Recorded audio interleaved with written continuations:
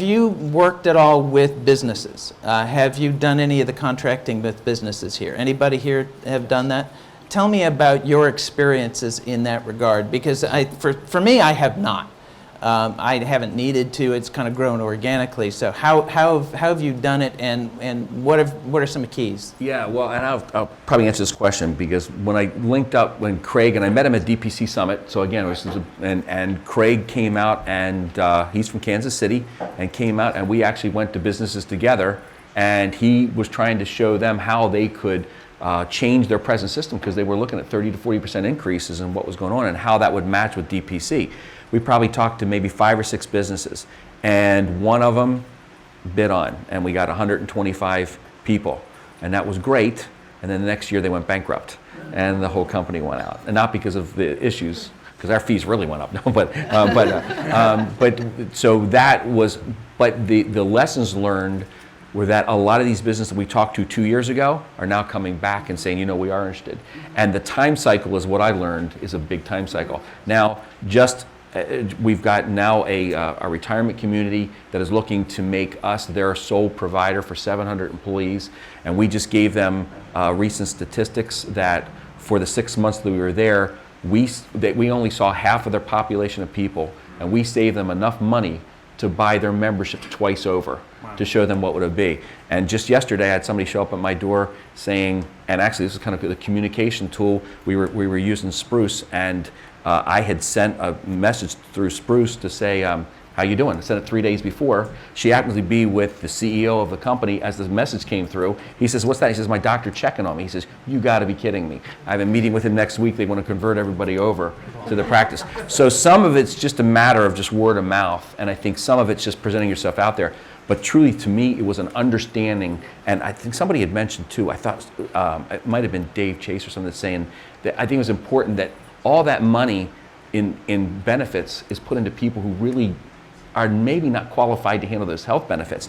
And I talk to HR people sometimes was like, wow, there is a big problem here. Like, you're happier taking that 40% increase than looking, it's because you just don't want to change. You just don't want to get out of this pattern. So I thought that's a hard battle to fight, and I don't know if I'm equipped to do that, but you just kind of lay back. So those were really good experiences, and we've had small businesses, a business collision or auto collision place. Just had a drive-through place that was waiting to see if I was going to survive. And he says he'd been watching me, read about it, and then he showed up and said, and he signed up 6 or 7 of his employees. So that's tough. I'll just comment real quick. Sorry, I'm not in charge of answer. That's his call. We have 4 small businesses, and by small, I mean like 1 to 5 employees.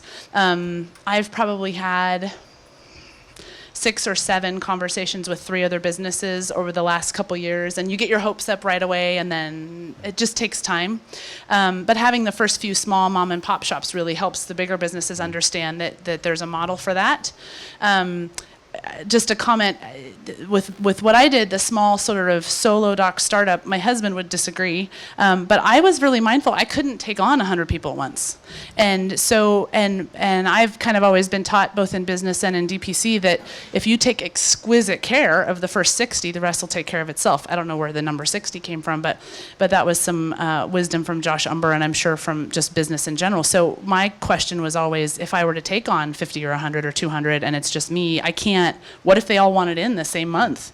So I can't deliver on, and then I'm shot. And what if when I'm small and barely have any revenue, if 100 leave? So I sort of electively chose to grow slow by word of mouth in the little onesie twosies because it was safer.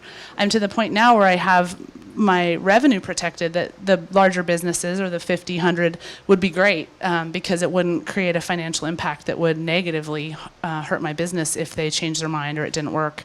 And I now have a nurse practitioner joining me so we could handle the volume. But there's just something to think about. There's a lot of different ways to do this. All right, let's reach out. Question here. Go ahead. All right. Hi.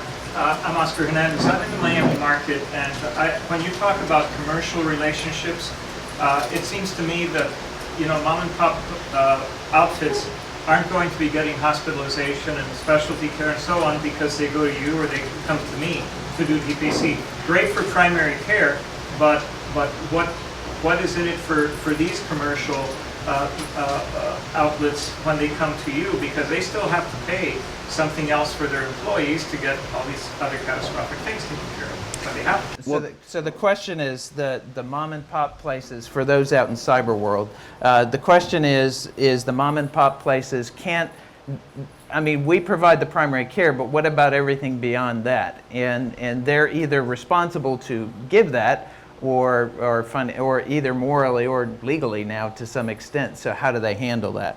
When the smaller group of employees, small enough, they're not mandated to give health care. And so, but they intrinsically want to provide something. So what you can do is say, I can provide you with a ticket where you're buying direct care with me. You're not buying an insurance company, you're buying me. And I'll show up and I will talk to your employees, and when they're going to see me, I'm their provider, and they'll feel the sense of caring that you're able to give them at a dramatically reduced cost. That is a good play for a smaller business. And they can negotiate. If you get a really capable insurance agent who can build a healthcare product around whatever your DPC offerings is or are, they're golden. And the savings, I think, one of the slides earlier today, I've heard up to 30 or more % savings. So the cost benefit ratio for the bigger companies is huge. So we're not the whole solution, but it's a huge part of it. And I just wanted to just jump in quickly. There's going to be an entire section of this conference dedicated to employers. So I just want to make sure we don't steamroll the remaining 20 minutes with, Thank you for moderating us. No, I would also add Liberty Direct as an option. They're the health shares, and that's what a lot of our folks, and we pushed a lot of people toward that as